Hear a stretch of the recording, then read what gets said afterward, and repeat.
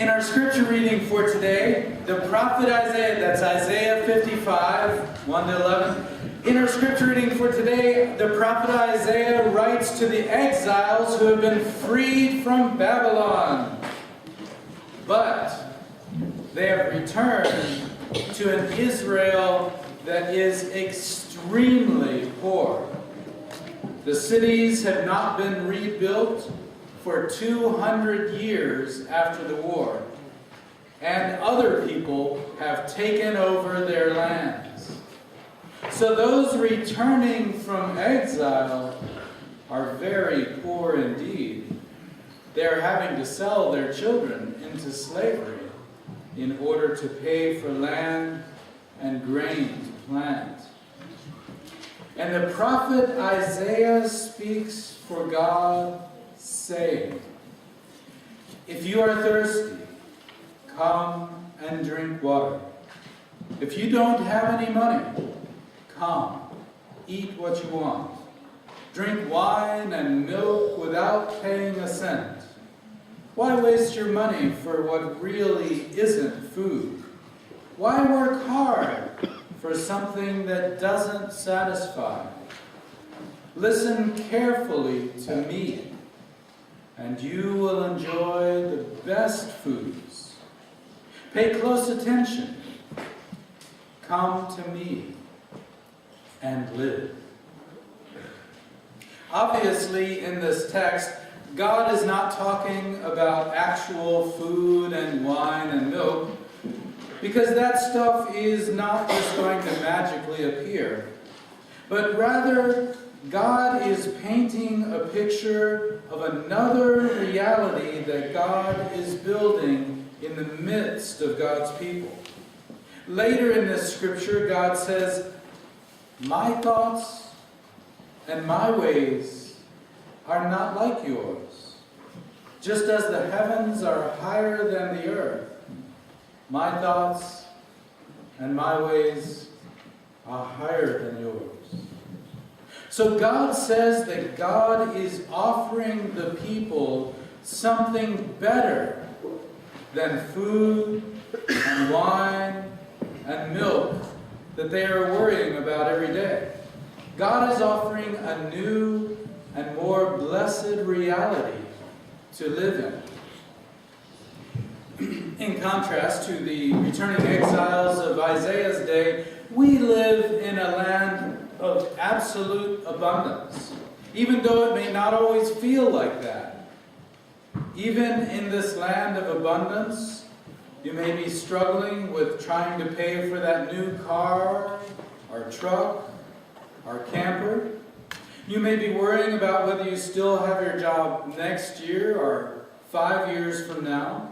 You may be worrying about how to find time for all the activities that you want and need to do during this busy season, from putting up the Christmas decorations, to buying presents, to baking cookies and going to plays and concerts and trying to figure out how much money you can afford to spend.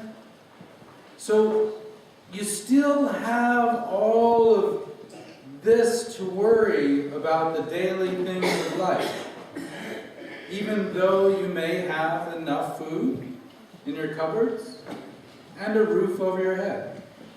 You still have all these things to worry you constantly. But God's words are also spoken to you this day. If you are thirsty, come and drink water. If you don't have any money, come, eat what you want. Drink wine and milk without paying a cent. Why waste your money on what really isn't food? Why work hard for something that doesn't satisfy? Listen carefully to me, and you will enjoy the very best of foods. Pay close attention. Come to me, and you will live.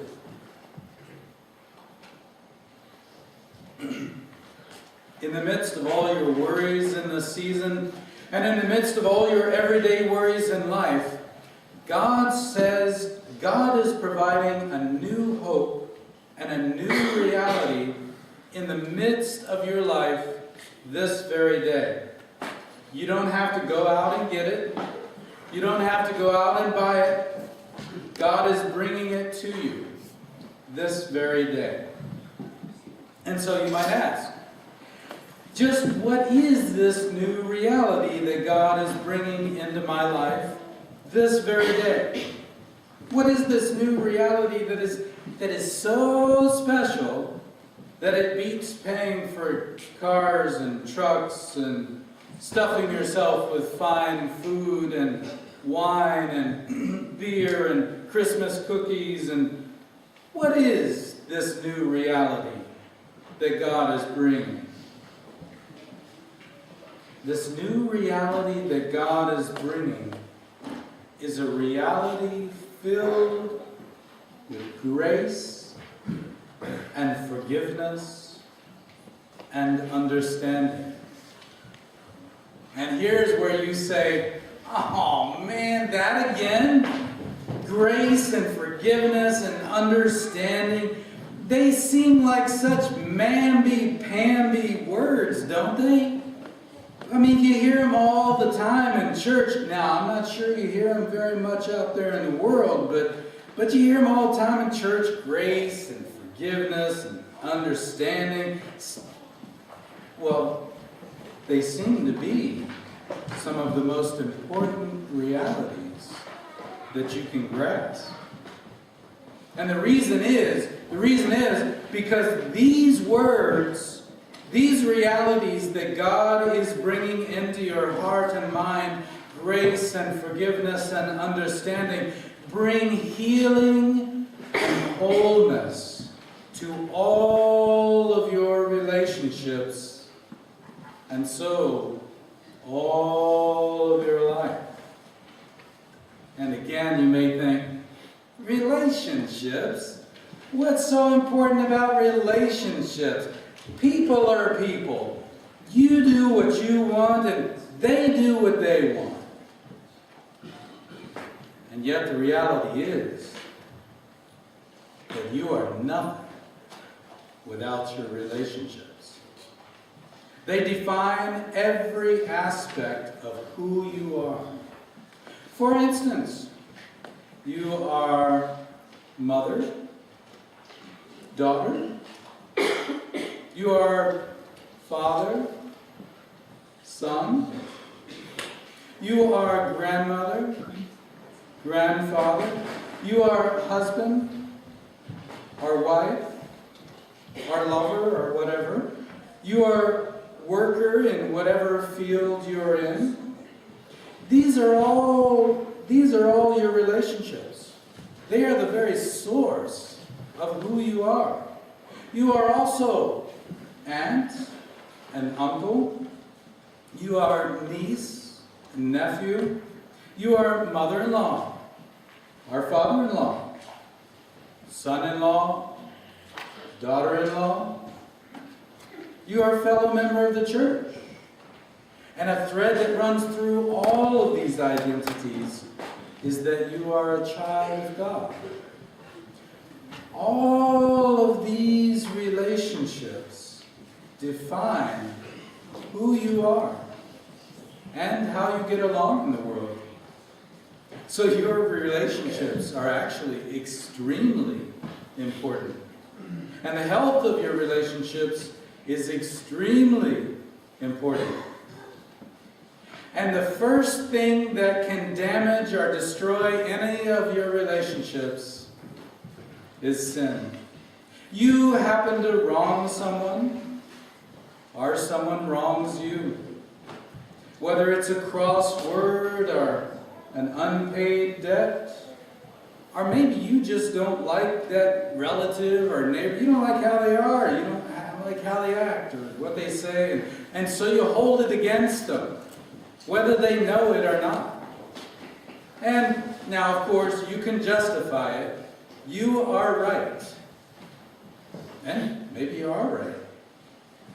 But as a child of God, as a servant of Jesus, you realize that you are supposed to forgive. You're supposed to be gracious, trying to accept people where they're at. They may not be like you, but you try to understand them as best you can. Anyway, and as you do this, maybe you're not real good at it yet, but as you do this, a little bit, more and more, throughout your relationships, the better you get. You get better and better at it, accepting people, understanding people, forgiving people. And eventually you find that you don't bear so many grudges anymore. You aren't angry all the time anymore. And the people around you talk with you more.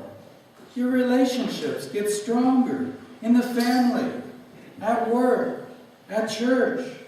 And so without even knowing it, through developing graciousness and understanding and forgiveness, you gradually move into this new reality that God is building all around you, a place of love and life and hope. It is an eternal place that doesn't have anything to do with money or how much money you have. It doesn't have anything to do with worrying about your bills or how many cookies you've baked or how good your Christmas tree looks. It's all about love towards everybody, even yourself. It may sometimes sound a little mamby-pamby, but it is the power of God to transform your life and the lives of those around you. God says, if you are thirsty, come and drink water. If you don't have any money, come, eat what you want. Drink wine and milk without price. Why waste your money on that which isn't food? Why work for something that doesn't satisfy? Listen carefully to me, and you will enjoy the very best foods. Pay close attention. Come to me and live. In the name of Jesus Christ.